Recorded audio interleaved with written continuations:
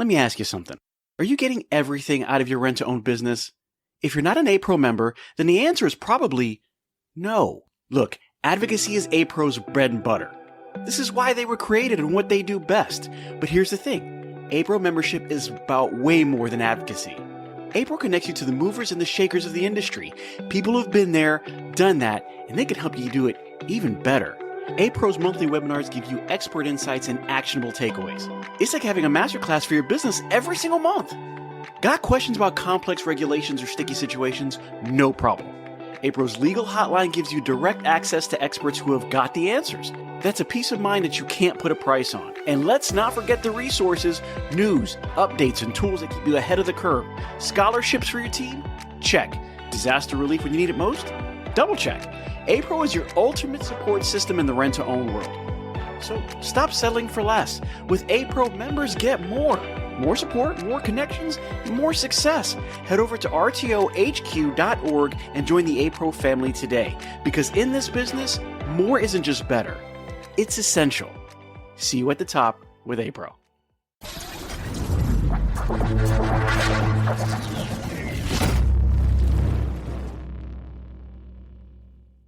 Hello and welcome to the RTO show. I'm your host, Pete Chow.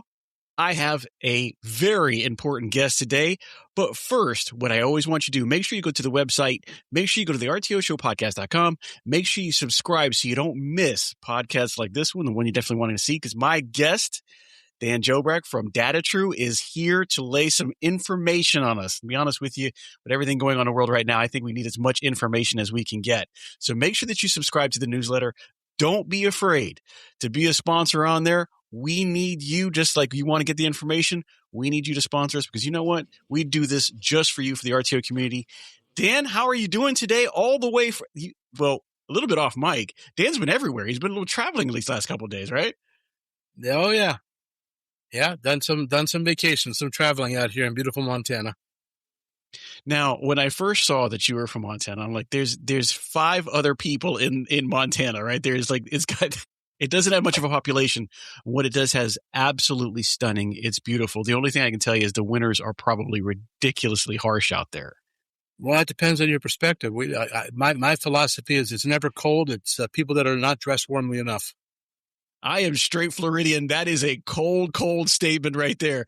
But Dan, listen, I've known you for years and years and years, and we're talking about way back. You've done DataTrue for a long time, since the early 2000s. Is that right?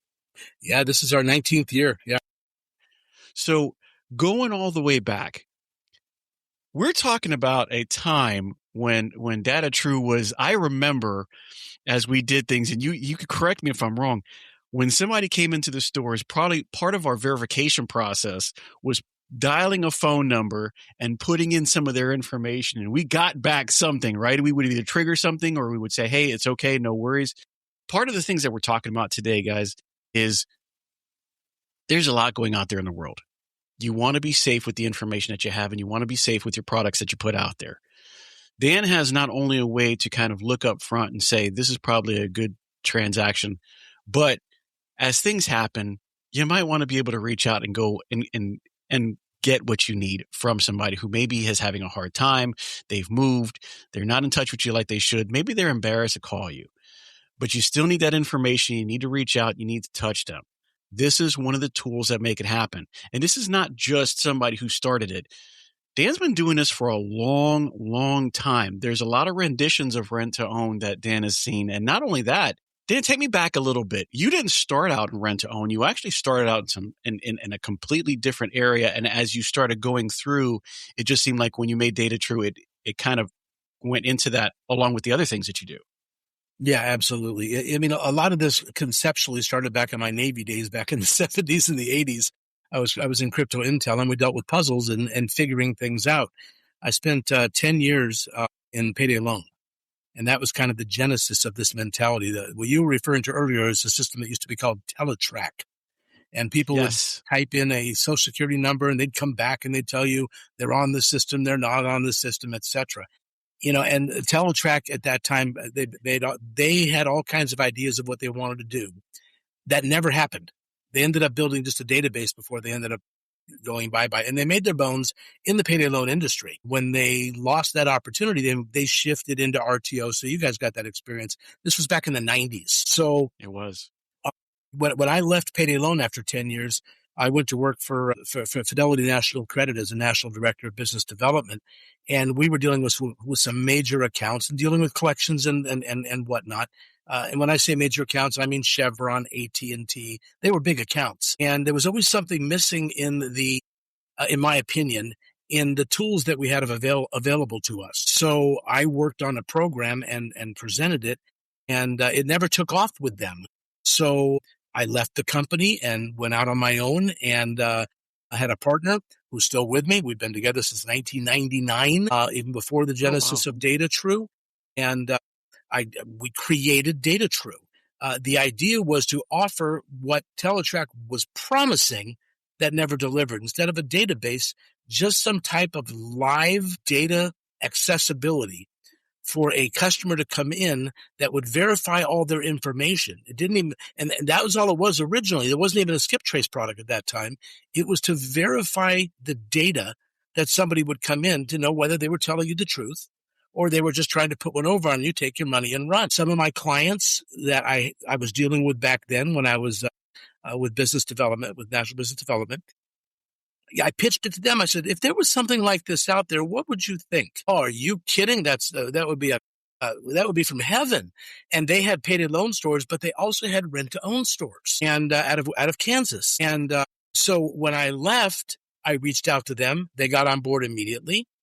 We got an invitation initially, and this 19 years ago, and hooked up with James McAlpine. And when he was over at Rent Direct Nationwide, went to a couple shows over there. And then we went to the next show we went to simultaneously was with Trib, Meeting of the Minds, back in 08, 09, something like that. And it was amazing. I mean, we were the hottest thing in the room. The crowds would gather around the booth, 15, 20 people. We were doing live demos on verification. And out of nowhere, 60, 70 companies came on board within 2 shows. And we were on our way. And then suggestions, questions, recommendations from our clients. Hey, could you guys do this? Hey, how hard would it be to find this out? Literally, we started with 8 or 9 products, and we've got over 40 today, almost all of which came from the rent-to-own industry's suggestions, recommendations, or ideas. Well, I mean, that's great. Well, considering that the demographics of customers are pretty much exactly the same, that would be where you were to where you are now.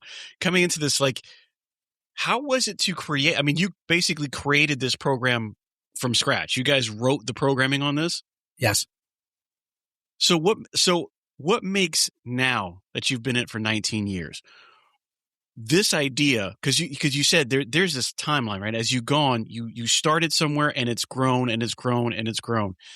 Where does all the data come from, right? Because I remember in the Teletrack days, you would put somebody into the system and then they would sit there, right? And if something happened, I would report it. And if nothing happened, it would come back that nothing has happened. Right. Is that kind of the way DataTrue started, where it was like, hey, there's this piece here.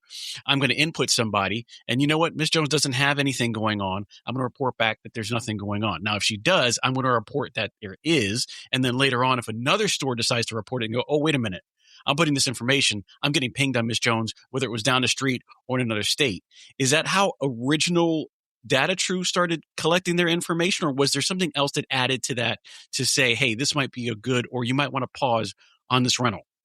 Yeah, that's a great question, Pete. And I get asked that question a lot because people are curious because there's so many things out there. There's bureaus, TransUnion, Experian, Equifax. There's a TLO. There's all these different information databases out there. When this first launched, one of the things that didn't sit well with me in the beginning was a database is garbage in, garbage out. It's only as good as what people have input and what they've built, which was the flaw with Teletrack. They on the system, off the system. They came back and they started reporting all these different hits on a person, and they weren't bad hits. They were just where that person had done business or is currently doing business.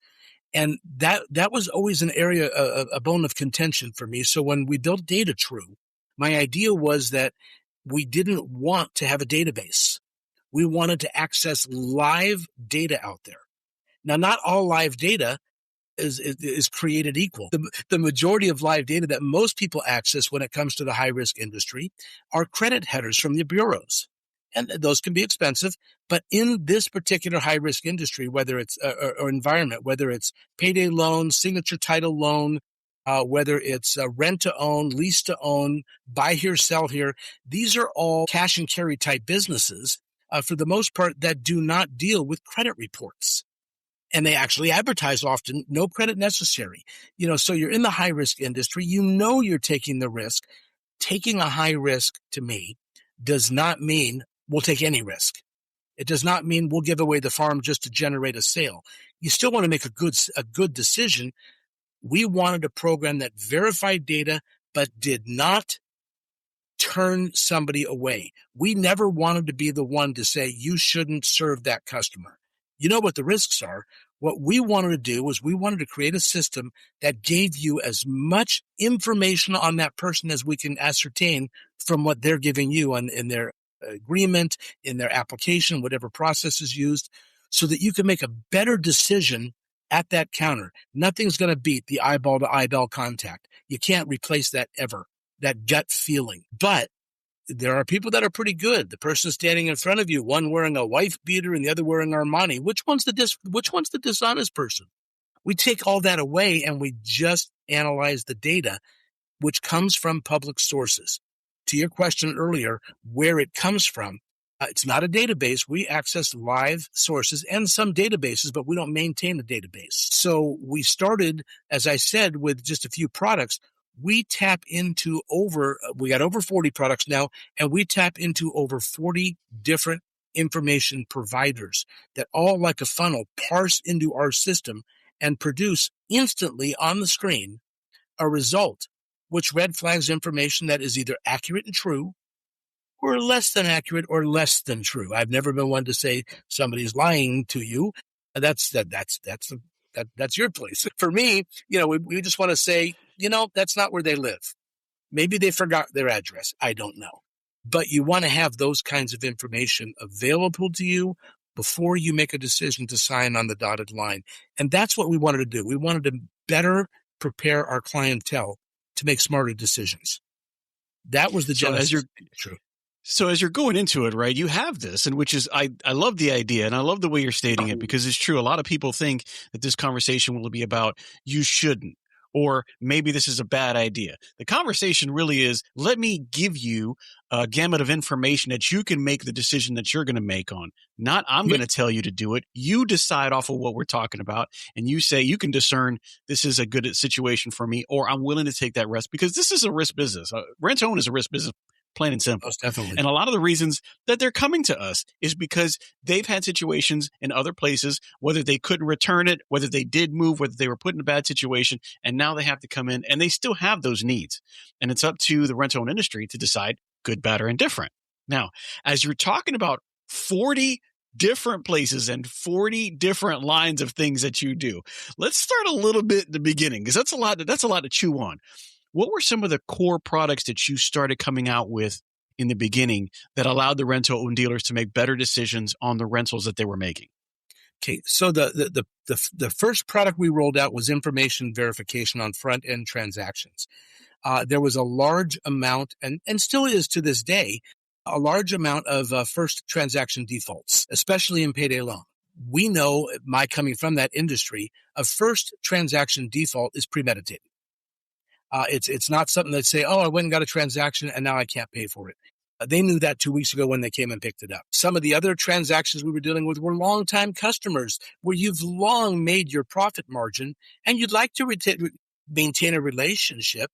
But if you can't, you can't. No harm, no foul. They'll be back when they need you. They know who you are. But those first time transactions, that was a problem. We found through study and now empirical data that these premeditated transactions come in and give you enough information to get a transaction from you, to get that dining room set, to get that payday loan, to get that computer. But they also give you just enough information to cut and run when they don't want to pay you. You won't be able to find them. We wanted to eliminate that. So when the system was created, what it did was it would parse through our information providers. And there was a time years ago that I would say, when somebody says, well, where do you get your information? I says, would you like a list? A list of what? A list of who we get it from. Why would you do that? Well, you can build your own system. It's going to take you a little bit of money and some expertise, or for less than $1, you can run one through me. And obviously, that's the way it ended up. They opted for less than $1. So what the transaction would do, Pete, is they'd walk in, they'd fill out their application. This is from a 30,000 foot view, whether it was by paper or typed into the system, and then parse through DataTrue. Originally, it was right through our server. Now we have all kinds of API setups, RTO Pro, VersaRent, et cetera. But originally, they would type in the information, very, very little information, actually. You're collecting all the same information anyway. But it'd take you about, I used to tell people, it'll take you about 3 minutes to enter the information into our server if you have a 2-minute smoke break in the middle of your 3 minutes, because it's really, really fast. So then what you would do is you'd send it to us instantly right on the computer, and it would immediately on the screen, in 3 to 5 seconds, give you the report. What we say at DataTrue is red is wrong. So when a report comes back, some of it's in black and blue and some of it's in red. If it's red, it means the information that you provided was less than accurate. You got the customer standing there, clean it up before you sign on the dotted line. Oh, I forgot I moved. I have a different phone number. I jokingly tell customers all the time when it comes to the phone number, and this is true, by the way, I have 7 children. And at any given time, I don't like 2 or 3 of them. So if I if I change my phone number, maybe they're not going to get it. And I say that tongue in cheek. The reality is we don't remember everybody we've told there have been changes. Case in point, customer goes into a store. They've been your customer for the last year and a half. You haven't seen them in 60 days. They lost their cell phone or they changed their cell phone number. They walk in to do a transaction. And what does the employee say? All your information the same, Mr. Smith? Yeah, nothing's changed. Enter.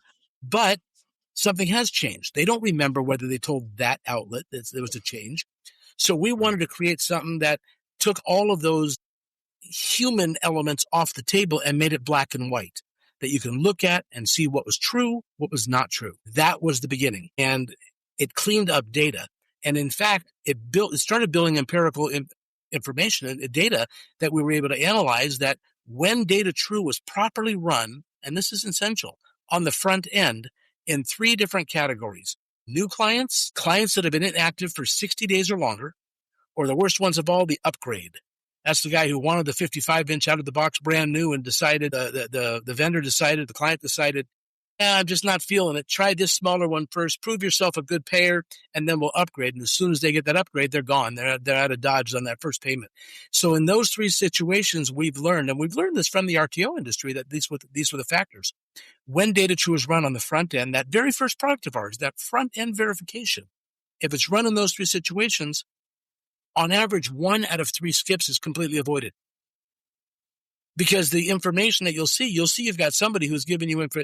Oh, I don't live there anymore. I forgot my address. Nobody forgets their address. You run the social through the system. If you take social security numbers, that goes in the system. It comes back that you're dead. I forgot I died. These types of situations you want to know in advance. And that's what that front end system does. That's what we started with. So you mentioned that, as you went into these events, there were guys lined up around the corner. There were a lot of things that they saw in DataTrue and said, you know what, this is something that I want to be a part of. Give me some names. Who were some of the first people to line up and say, DataTrue is going to be where I need to be? What do you remember back then who it was that first came aboard and kind of decided this was a great idea? The very first ones that came on board were Willie and Jim Cole. They were the very first RTO customers that were signed up back in 7, I believe, out of Wichita, Kansas. It wasn't long after that Terry Bevel over at Buddy's came on board. That was, I think you were around back in those days too. I was. I remember Bevel, yeah. Yep. Terry came on board, and as a matter of fact, Terry later in this podcast, we'll talk about one of the newer products, the Alert One, which was originally a brainstorm of Terry's back in 1985. And Wow. everybody would, Mike Tissett over at Countryside, Keith Ferriman. I mean, I can go on and on. There's people that are no longer in the industry that either retired or are no longer with us that over the years have come on board. I've had people walk by. I'm trying to remember. I don't remember who it was, but somebody walked by. They had a half a dozen stores, and they were asking me about it. And they asked me that same question. Well, who in this room is on DataTrue? And I look up and I go, him. And I point over, and Mike Tissett just happened to walk by. And Mike, bless his heart, amazing customer, wonderful relationship. We love going to his show out in Ohio every year. He turns and goes, Mike. Mike turns around like that. He says, you use these guys? He says, absolutely, wouldn't use anyone else, and kept on walking without missing a beat. So I said to this particular gentleman, I said, so what else can I tell you? He says, you don't need to tell me anything else. He wouldn't use it if it wasn't of value. He wouldn't. And that was it. Selling DataTrue to a potential customer in the RTO industry is a fun job. And the reason it's a fun job is because it's enjoyable, like what we're doing right now. There's no work involved for me. I tell you what we do. You know what your needs are. You know whether you're having charge-off problems, skip tricks problems, decision-making problems on risk values, etc. Nobody knows that better than the person I'm speaking to at a show or on the phone. Nobody knows it better. I tell you what we do. I'd say at least 95% of the cases or more, every deal gets closed because there's a need, and it's extremely affordable. So let's go. We're not going back as far. You started this. You get a partner. You guys develop it. Mm-hmm. We're at the shows. You've got some pretty heavy hitters that are coming on board, and they're saying, "Listen, I know what's going on." Especially Terry, God rest him, but I mean, he was probably one of the pioneers going far back as I can remember. So they see the benefit of this. They start going, and then the ideas start rolling in. Dan, I think this is a great idea. Dan, I think that's a great idea. Maybe let's add some of this and tweak that and something. So as it starts rolling up, you're on your way to 40 plus products. You don't know it yet. What starts rolling out that, at that point in time, as we're going from 2010 to 2015 and a little bit further, like what's on the horizon? What are people looking for that now is like, we need to expand into this? Because, at the later time, I want to cover a lot of the things that I think and a lot of things I see, but I want to make sure that everybody understands, where did it come from? This isn't a fly by night. This is something that developed literally through the RTO industry for people who thought this is a great idea, but let me add this. Let me add that. Where can this really help me more here or there? And so in that time frame, what did you add to it? Let's take a quick break. Hey everyone, it's Pete Chow here from the RTO Show podcast, and I want to tell you about a company that's making a real difference in the rent-to-own space, Wow Brands. I've seen firsthand how they approach marketing, and let me tell you, it's not just about ads. Wow Brands builds complete digital ecosystems designed specifically for the rent-to-own industry. Their e-commerce and lead generation strategies are built to bring in qualified leads. And did I mention that they are actively working with the rent-to-own industry while also being members of APRO and TRIB? Listen, these folks are passionate problem solvers. They don't just slap something together. They design, build, and scale the kind of digital retail tools your business needs and your customers actually want. So if you're serious about growing, reach out to Wow Brands at wowbrands.com. I trust them, and I think you will too. Well, once we got past the information side, the next logical lowest hanging fruit, if you will, was, I said earlier, this was designed to verify information, and 1 out of 3 skips gets detected. And you either get cleaner information or you don't do the transaction. But what about the other 2 that do get by? Maybe they started out as good customers. Maybe they were longtime customers. Maybe things happened. Maybe they were dishonest. Maybe they were completely honest and life happened. Somebody died. Somebody lost a job. Somebody got divorced. They want to be good customers. You want them to be good customers. You don't want to lose them if they're a secure source of clientele. But life deals cards to people all the time that are not welcomed. And you have to deal with that. So the next logical thing, and part of it came from guys like Terry, when we developed the API side of it, we'll talk about it later. Larry Carrico's company over at SKC, it just all kinds, Best Way, all these folks that we dealt with, they offered us different tweaks. And the logical process for us was to go from verifying. Let me ask you something. Are you getting everything out of your rent-to-own business? If you're not an A-Pro member, then the answer is probably no. Look, advocacy is A-Pro's bread and butter. This is why they were created and what they do best. But here's the thing. A-Pro membership is about way more than advocacy. A-Pro connects you to the movers and the shakers of the industry. People who've been there, done that, and they can help you do it even better. A-Pro's monthly webinars give you expert insights and actionable takeaways. Got questions about complex regulations or sticky situations? No problem. A-Pro's legal hotline gives you direct access to experts who have got the answers. That's a peace of mind that you can't put a price on. And let's not forget the resources, news, updates, and tools that keep you ahead of the curve. Scholarships for your team? Check. Disaster relief when you need it most?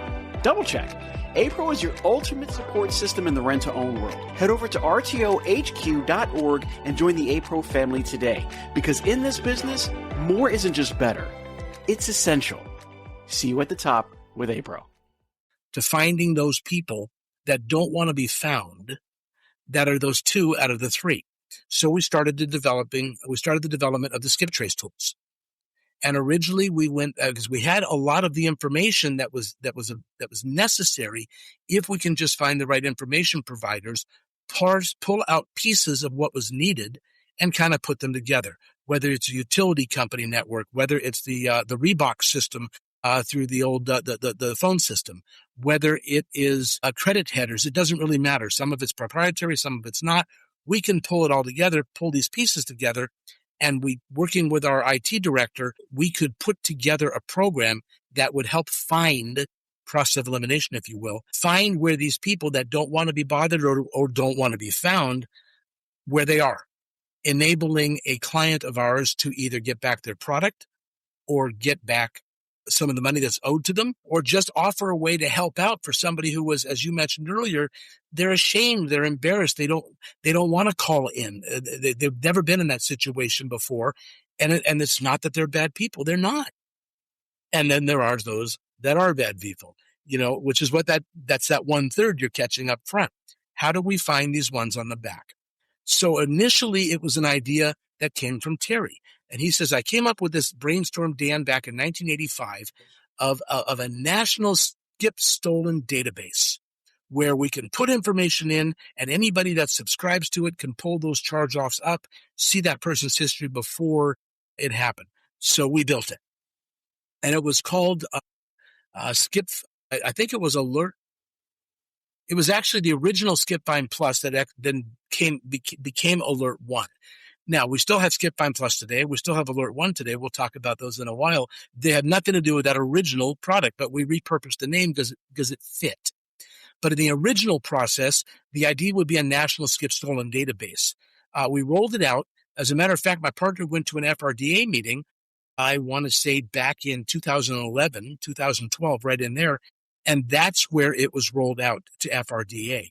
We got a lot of folks on board in the beginning, but it seemed that as a national skip stolen database, it really didn't apply to somebody like Chad out in Nebraska. Because the people that are in Nebraska really aren't the same people that are in Florida. And there was such a huge concentrate in the southeast corner of the country of RTO clientele compared to the rest of the country. So it didn't really get the traction and take off to be a national. It ended up just being regional. So we shut it down. Didn't give it another thought. Then we started thinking about how we can use the shell of what it was in our system, because this would therefore become database crossed over to our live data to continue to work and develop other products. And then we started advancing the skip products. We came out with People Find. This was a very narrow base search. It went through 4 different categories: Social Security search, reverse address, reverse phone system, which covered all 3 phones, the VoIP, cell phone, and landline, and an email system. Well, as things continue to progress, we sidelined the email because it ended up being used more, and it should be, by the way, for marketing, where you can send out emails, and a lot of our clients do that.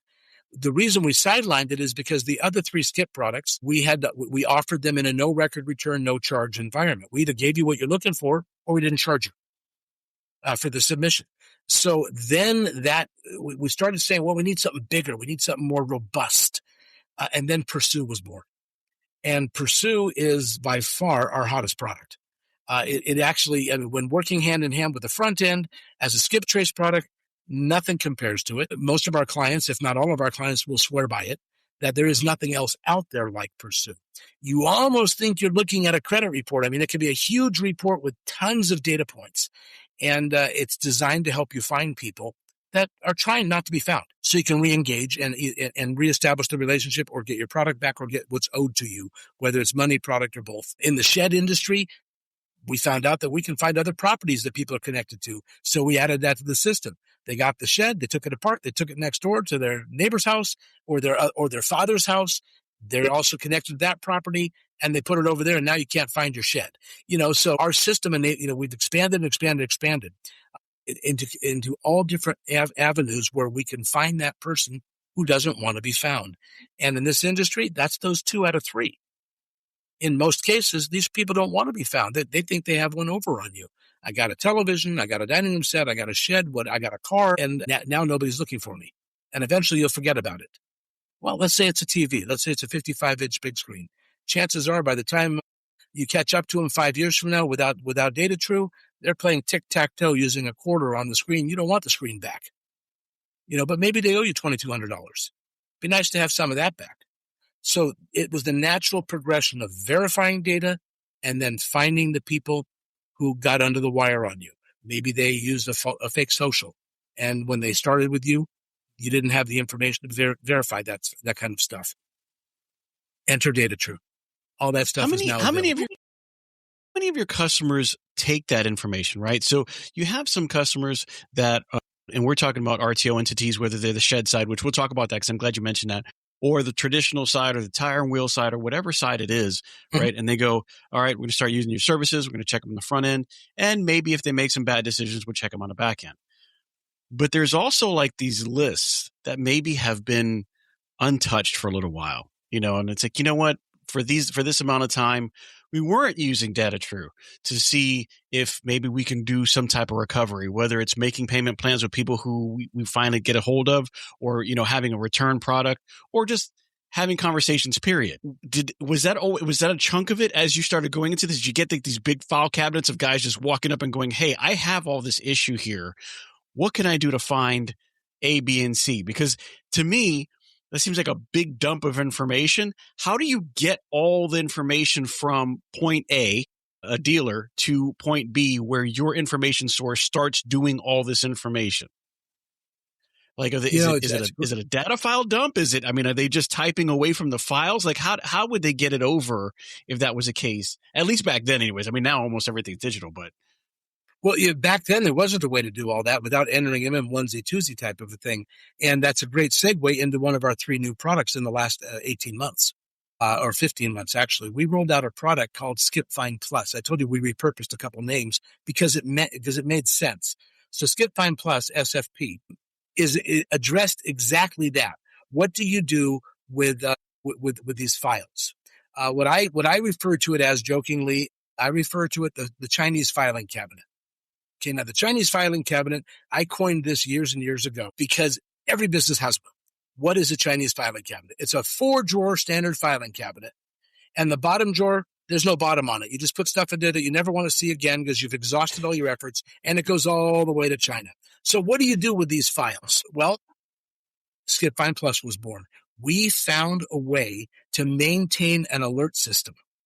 Okay, and this is a subscription product. I think we only have 2 subscription products. Everything else is pay as you go, either in an a la carte environment or an unlimited access environment for a flat fee. So Skip Find Plus is one of our newer products that is a subscription. I rolled it out, Meeting of the Minds, last year. We rolled out Skip Find Plus. It retails for $25. Because of our relationships with the RTO industry, as $25 per month per location. The RTO industry relationship that we have, we reduced it down to $20 per month per store. And when I rolled it out, we rolled it out at $15. It was $10 off. That's almost half off.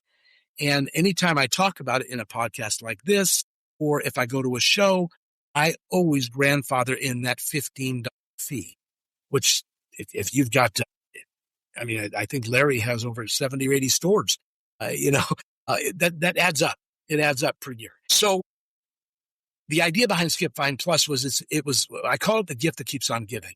You can enter them in one at a time, or we can provide you a spreadsheet that we have that it's an Excel, and you can upload the entire spreadsheet. So you say to an employee, here, this is from the Chinese filing cabinet. Here's 25.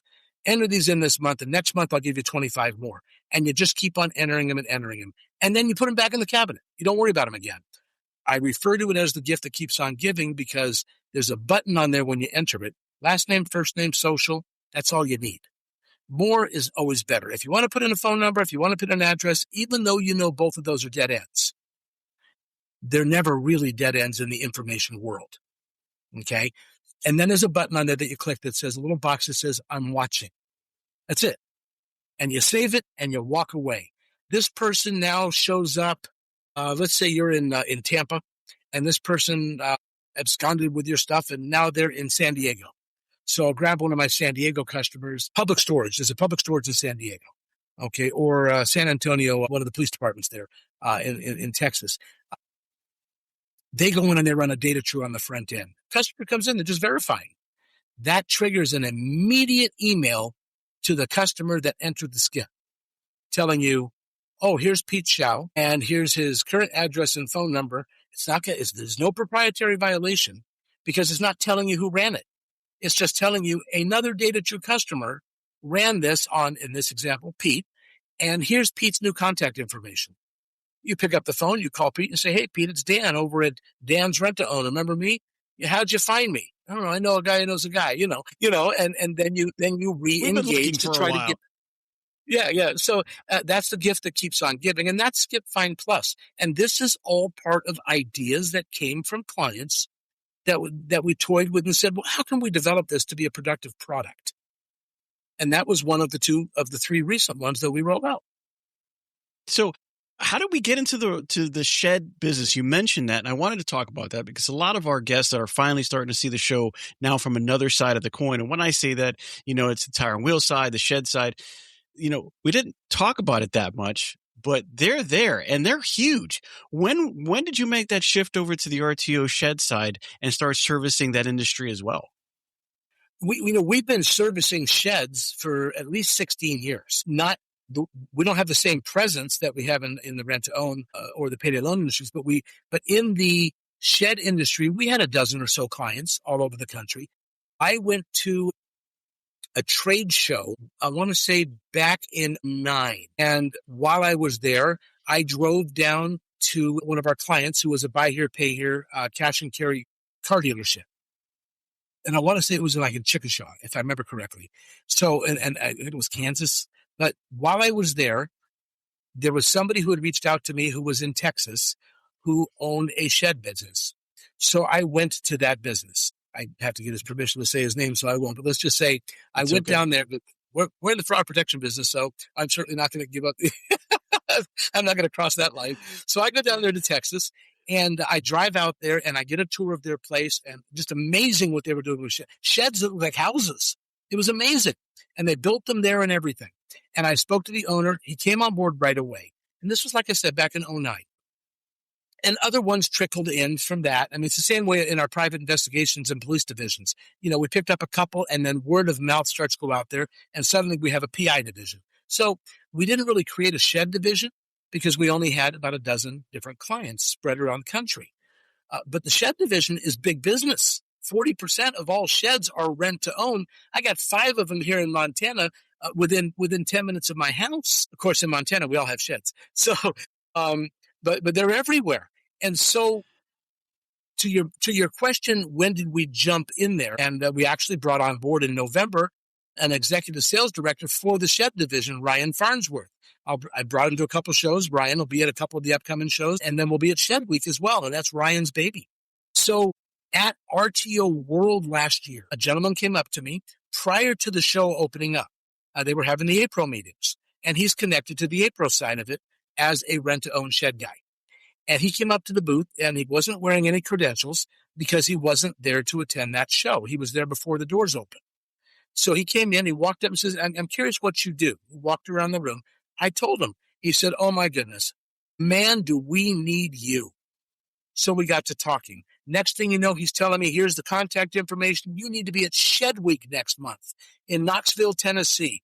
And he was on the board at the time. I believe he had just left the year before, but he had all the contacts.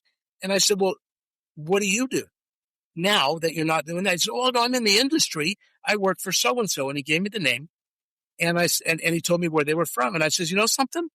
I've been to your town. He said, oh, come on. I said, no, I have.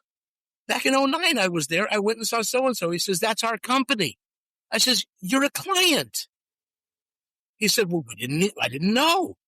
So that all got taken care of. Now they're rolling it. They're rolling fine with it. But then we went to Shed Week that next month. We couldn't get there in time to get a booth. So we just kind of walked around and got the lay of the land. We'll be there this year. And that's how we entered the shed industry. And now we've added a whole handful of shed companies just since Ryan came on board that will be at Shed Week as well. And of course, that is the next. I expect that to be the next explosive division at DataTrue, of which we have several. Rent to own and shed is just two of the several divisions that we serve. Hey everyone, it's Pete Chow here from the RTO Show podcast, and I want to tell you about a company that's making a real difference in the rent-to-own space. Wow Brands. I've seen firsthand how they approach marketing. And let me tell you, it's not just about ads. Wow Brands builds complete digital ecosystems designed specifically for the rent-to-own industry. Their e-commerce and lead generation strategies are built to bring in qualified leads. And did I mention that they are actively working with the rent-to-own industry while also being members of APRO and TRIB? Listen, these folks are passionate problem solvers. They don't just slap something together. They design, build, and scale the kind of digital retail tools your business needs and your customers actually want. So if you're serious about growing, reach out to Wow Brands at wowbrands.com. I trust them, and I think you will too. Yeah, I want to say right now that I didn't know how big the shed industry was until recently. And just because I've been part of the traditional side and, we service the traditional side, and I actually didn't even know how big the tire and wheel was until I came over to this side. So as I've been, expanding my horizon, so to speak, and I'm being able to see this, I definitely want to bring that part on the show because I want people to understand, there is so much of this out there. This industry is a lot bigger. When we say rent to own and we were on the furniture side, we kind of just thought it's the furniture side. No, it is huge. The shed side, and you got to think, when we're talking about what does a common ticket look like in the RTO world as far as traditional? Well, that really depends because I have things as small as lamps or as big as an entire living room set or a bedroom set or a package that encompasses both, right? So if you go in between, it could be a $29.99 item. It could be a $34.99 item with some inflation, maybe $39.99 item, right? A week. When you're talking about a shed though, and you're talking about, hey, I've got this living room set, maybe it's $14.99 cash price or $2,000 cash price or whatever. Sheds aren't starting at $2,000. If you get a brand new shed, you're talking about $4,000, $5,000, $6,000 for a small, whatever. Now you start getting a 10 by 16 with 2 barn doors and a little, window up top. You're talking about $16,000 shed, right? And absolutely. So now the item ticket is completely different. So even though my customer count might be a little different, in other words, the units, let me phrase that. The unit count is different. The unit count cost infinitely more. So even Absolutely. Though I'm selling, I've got one agreement to that person, I've got one agreement to that person. Well, that agreement starts at $16,000, where this agreement might start at $1,000. And so you really don't know how much it is. But I can tell you right now, every time I'm driving down the street, there are and you say 5, I have to agree with you. There's probably 5 or 6 around my house if I was to go even 20 miles, I'd probably say maybe more, maybe double that. They're everywhere around here. And I don't live that far outside of Tampa. Okay. I live in Land O'Lakes. I am literally one stop on 275 or 75 right outside of Tampa. This is not any rural country, and they are everywhere. I mean, everywhere. You start hitting out to the outskirts like Dead City, Sever Hills, Spring Hill. I mean, there are sheds everywhere. So this is really good to know for everybody who's thinking, well, this is a one-trick pony. This is only for one. No, this encompasses all of the rent-to-own industry, and very well, I might add. I won't go too far into all the other businesses that you cover. I mean, you said PI. I didn't even know you guys had a PI division. Oh, it's a big division for us. Private investigators, landlords, people fill out applications to rent apartments. So we have those. Human resources departments for verifying information on employees, which goes hand in hand with our latest product, which is the new criminal background check. which I rolled out to you guys, to your industry. I rolled it out for less than $12. And there's no waiting period. It's instant right on your screen. It goes right to the NCIC, and it's an instant criminal background check. You know All what? these Let's talk, different I was going to things. wait a little bit, but let's talk about that, because that had some. I remember we were talking about FRDA, which was not that long ago. You kind of blew my socks off. I really, when you said some of those things and how instantaneous it was, I was doing stuff with, and I won't mention the company, but we were trying to bring people on, and it took sometimes 3 to 6 days to get something back. Now, in the environment that we're in, if I'm trying to get somebody aboard and they have to wait an additional 3 to 6 days after the interview process, and I've said they're okay, well, I can't. I obviously can't bring them on until I know that they're okay, right? Because if I bring them on, I've already brought them on, they're on the system and they're on the books, and now I realize, hey, this probably wasn't the right person to get. But who can wait another week to get another paycheck, right? I mean, this is a go time. People are in need of the jobs that they have, the income that the revenues that they need to pay bills, feed the family. So I would lose some really good talent to other locations that were able to do it faster. So you're saying that some of the information, not just to be able to find some skip trace people, but you have stuff that can bring back, what is it, DMV information and some background information extremely quickly for HR services to bring people aboard? Yeah, our criminal background check is an instant report. I rolled it out for $11.99. We don't give it to the stores. I mean, usually that stays in the hands of a decision maker, an HR department, etc. You don't want people checking on their exes or their clients or anything like that. But yeah, the idea was that, and you were right. It's not just waiting 6 days. That wasn't the issue for me. When I came up with this idea to do this, and my partner and I discussed, the pros and cons of what it would take to roll this out. The idea was that when you get a good candidates don't wait around for you to call. They're looking for jobs. And when somebody offers them a job, they're taking that job. They're looking for a job. And while you're waiting 3, 4, 5 days, in some cases longer, for a report to come back, if it's a clean report, you call them up, hey, I got great news for you. A week ago Monday, you came in for an interview. We're going to offer you a job. I mean, I'm working.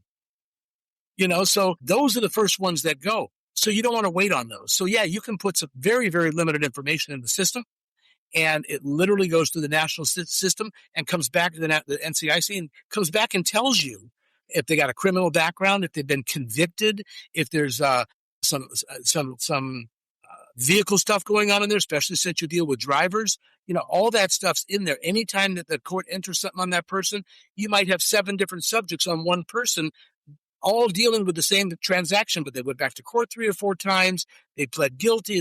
It's all in there. Now, it's not guaranteed. There is no guaranteed system. If there was, I'd have sold the company and I'd retire very, very wealthy. But it's a solid system. When I say not guaranteed, not every agency in this country it reports. Some of the rural areas, they don't report. Felonies are always going to get reported. I mean, a felony has to be reported. If I'm living in Kentucky and I move to Montana and I walk into Bass Pro Shop and I want to buy a handgun, I can't buy that if I have a felony. So felonies are always going to hit. When it comes to drivers, what our clients are doing is they're saying, look, I'm going to extend you a job, Pete, but we have to wait for our insurance company for 5 days or 6 days on the driving record. So we're going to hire you. We're going to start training you. And if that comes back dirty, we'll hire, we're going to have to let you go. Is there anything you want to tell me before I run that? You'd be surprised. People say, or they don't show up, which gives you your answer, So that is the newest product that you and I spoke about at FRDA when we also spoke about Alert One and what we should do with that. And that one's a doozy as well. We should probably touch on that if you want. Well, let's do that now. I mean, we're there. We're talking about some ways not only that you're able to help to skip trace, not only are we able to really kind of start digging into how you got here, what you're able to do. Now we're expanding to some of the front end versus just the back end, especially with the hiring, because that's super important.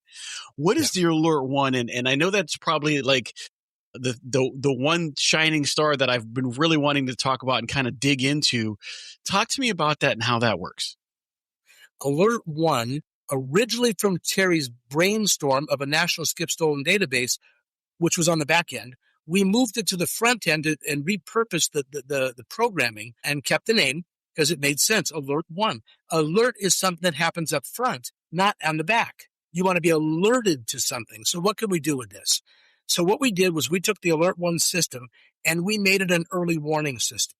So let's say you have 10 locations, and if somebody goes into store number 101, And a week later, they go into store 105. Store 105 needs to know that they were in store 101. It doesn't matter whether a transaction was secured in the first store or not. The first thing that's going to happen when they run them through DataTrue, across the screen in bright red and white letters, it's going to say, alert, alert, alert. A transaction was run at a different location, and it'll give you the phone number of that location on this person on such and such a date. Now, nothing proprietary has been exchanged.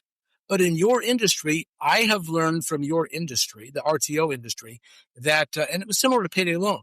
If I've got an RTO store in my town and I got 3 competitors, I know who they are. They know who I am. It's friendly competition. And we share knowledge of people that are bad players, because bad players aren't just bad for me. They're bad for everybody. Bad players for you are bad players for me. And nobody wants those people in the system. So not only we can connect those 10 stores within a company, I can connect companies. I can connect regions, states, etc. As long as everybody agrees, yeah, I want to be connected to a Buddies or a Best Way. I want to be connected. Again, no proprietary information. Proprietary information is being exchanged. We had a situation. I'm going to leave off the names of the companies, if you may. We'll call them company Curly, Larry, and Mo. Okay, a husband and wife separately went in to see Curly. Curly's owner calls me up and he says, "Hey, Dan, alert one's not working." I says, "What do you mean, Curly's owner?" And he says, "I ran this person in, the husband and wife, they hit me in 3 of my stores." This was in Florida, by the way. So he said, I said, "Give me the information that was entered in. Let me investigate for you." So I did. Well, they entered the wrong socials. I can't fix that. So he said to me, "That's on me." But then we entered the correct social and all the bells and whistles went off for alert 1. They hit 3 of his stores separately. That's 6 transactions. They hit a store from your background. We'll leave it at that. A company from your background, which is very, very prominent, which is in his town. They hit that. They hit one of those. Then they crossed the border into Tennessee. Oh, wow. And they hit a store there. So they ended up with 5 different locations, 5 transactions each. Now, do you remember earlier in the beginning of the podcast, I mentioned front end gives you a heads up warning on the history to verify information. If they were looking at their front end report, they would have seen that every other 6 months, Mr. and Mrs. Dishonest Customer were in Puerto Rico. So I called back Curly and I said, "Well, Curly, first of all, if you want your product back, I'm willing to bet it's at a flea market in Puerto Rico." However, Curly, Larry, and Mo all got hit for over $20,000 combined. Now, could that have been saved? Yes. Alert 1 at 15, and all you have to do is get 1 per year, and you pay for the whole year plus some. Because the average charge-off for a book charge-off at rent-to-own, as I understand it, runs between $400 and $700. So if that's still accurate, I believe it is, and you're only paying $15 a month for Alert 1, how many months can you go on $700 before So you catch one, and you will catch several. Absolutely. So you can connect companies, you can connect stores within companies. It gives you the alert. You call over and say, "Hey, Pete, you had John Smith at your store last Thursday. What happened with that?" "I just wasn't feeling it." "Oh, I rented a TV to him." Yeah, guess what he's looking for today? A TV. And guess what he's about to go south on in 2 stores? 2 TVs. Is it designed to turn them down? No. But if somebody was across the street at your competitor and they got a dining room set last week, and they're looking at a dining room set in your store this week, what are the odds that somebody needs 2 dining room sets simultaneously? I'm going from 2 different companies. Not so good. Yeah. So that's alert 1. And the beauty of it is we can connect companies, which is something that we haven't done a lot of. There's people that are worried about, if they come into my store and they call over and they say, "Well, that company over there said this, that, and the other." That's a training issue. That's a simple training issue to let people know we just can't serve you today. That's all you got to say. You don't have to give them a reason.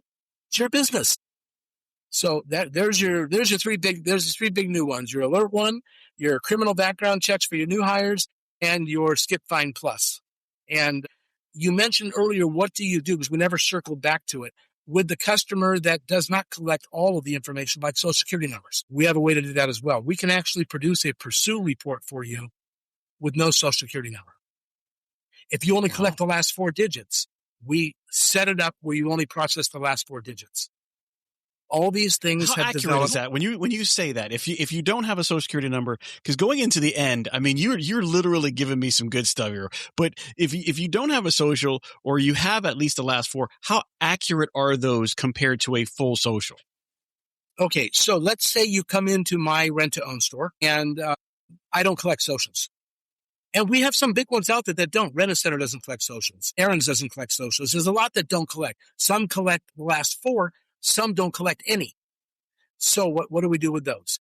Everybody, Social Security or not otherwise, has one of these little suckers right here. And with that comes a number. Cell phones are going to end the world. Let me tell you, cell phones are, I mean, they're just everywhere now. They are huge. And whether it's a cell phone or a landline or a VoIP, as I mentioned at the very beginning of today's show, any one of these is connecting to that person at some time. Now, phone numbers are regurgitated. They're reprocessed. You get yours disconnected. 6 months later, it belongs to somebody else. How often do you get a phone call? Hey, is Pete Chow there? I don't know who that is. I've had this phone for a year. That's who owned it before. So when you run a pursue going through our phone verification system, it'll come back. Let's say I'm running it on you, and I get back 10 Pete Chows. Or I get back, not even that. I get back 10 people connected to that phone number. I scroll through, and you're only running one transaction. You're not getting charged for 10. You're just getting charged for the one. You scroll through Jane Smith, John Doe, Billy Bob, Mary Larry, and then suddenly Pete Chow. Oh, there's my guy. And there's your pursue report. Okay. And now you can take that apart and find out, where's Pete hiding? Is he staying with his son? Is he staying with his parents? Is he staying with his siblings? Gee, I got Pete Chow's ex here. And my experience is when you get somebody's ex and you're trying to fight him, they'll tell you everything. A little tip from Dan. So, Dan, before I go to, because I like to do some lightning quick questions at the end, but just real quick, we talked about there was subscription based and then there's action based. Basically, a transaction happens and then you get charged. What differences, or what products have the differences? What products have a subscription based versus the transaction based? Okay, so our only 2 products that we have that would be used by this audience that are subscription based is the Skip Fine Plus and the Alert One. Okay, because we have to maintain those systems and whatnot. So those are subscription based with a monthly fee per location per store. Everything else falls in 2 categories: either an a la carte purchase or a unlimited access. So let me break it down for you. Our Skip products, Pursue and People Find, are always a la carte. We couldn't do those in an all packaged flat rate service. But what we did do is we offered them a la carte with no record return, no charge. So we either give you back a report or you don't pay for it. You don't pay for the submission. Okay. Then on the front end, we also have a la carte for all the different elements of a verification: address, social security number, verify that the landlord's legit, verify that their employer exists. If you take checks or you want to make sure they're not using stolen or lost debit cards, you can ping their financial institution. We actually ping the financial institution directly and come back with a report on their relationship with their bank. Personal references up to 6. All these things are in that verification on the front end. Now, you can run those a la carte, but here's the fun part about rent-to-own. If you are running, if it hits on all of those factors, okay, everything you put in comes back with a verification. And they do. I mean, it's amazing how much information pings through. I'd say at least 95% or better accuracy on coming across. 95% is a good number. That's a great number. I mean, if 95% of your patients as a brain surgeon survive, you are a very, very rich brain surgeon. So, yeah, no doubt about it. So we came up with a way some years ago, and we still maintain it, where you can get an unlimited access. Now, I say unlimited access with air quotes, is what we did was we took the national average at the time of how many transactions the average rent-to-own processed in a month. And that's those 3 that I talked about earlier: new, upgrade, or reactivation. The average rent-to-own nationwide at that time was 125 per month. We didn't want to cap it there, so we added another 50 and we called it 175. So we have a flat fee of $85 a month in the rent-to-own industry, is where it started. Okay, then we tweaked it, And now it depends on the industry, but it's a flat fee. Once you have run 16 a la carte transactions in a month in a store, you've exceeded the unlimited access rate. 16. And if you're only running 16, you're not in business very long. Right. Yeah, you don't want to do that. So we came up with that unlimited access. You can run it. Now, if you've got 10 stores, the unlimited access is $775 per location. We add them together. Now you got 1,775. So if you got one store that ran 80 and one store that ran 200, there's no overage charges. It's your flat fee. Oh. So there's the a la carte and the flat fee up front, and then there's the a la carte for skip trace, and then there's the 2 products that are subscription-based. Nice. Well, Dan, I want to ask some quick questions. Not that I'm trying to put you on the spot, but I'm trying to put you on the spot. Oh, no. If I'm a new retailer, right? I'm a new guy. I've opened up my location. I'm new to this. I'm not sure what DataTrue does yet. If you were going to say in a bite-sized chunk, what would you say to new RTO dealers right now is the most important thing that they can get out of DataTrue? I would say you want to be sure of your clientele, so verify their information when you begin a relationship, and have a tool in your toolbox that helps you find people that take off with your stuff. And we provide both. Okay. If you were to give one bit of advice about DataTrue, and let's say I had to pick one, I'm an RTO dealer. I'm going to pick one. In your opinion, what would you say? I've got all these. This is the one that I'm going to recommend to you. The core of DataTrue, Pete, is that front-end verification. We think we know our clients. It's a small town. I see this client at the grocery store all the time. It takes away that personal, I'm going to make the decision, and puts everybody on an even playing field. Verify the information to be true and clean from the beginning. You save a fortune. And it's not just the lost product. How much labor do you spend knocking on doors, having a vehicle, paying gas, making phone calls? You'll spend more money collecting than you make profit on the product. And that's a hidden cost that we don't even think about. So if you can avoid 1 out of 3, you're not only saving the product, but you're saving everything that goes in. You guys are not in the collection business. That's what we do. You're in the sales business. You don't hire collectors. So how expert collector are people in the retail industry? It's a value added service that they have to provide as an employee, because that's the nature of the beast. But if you have a tool that does that for you, verify, get the information on the front end. That is key, and have tools available to you when you need them for those that slip. And they will slip by. There are some that slip by. There is no perfect system. There are. So that's why I'm here to tell you, it happens all the time. Last question on the lightning round.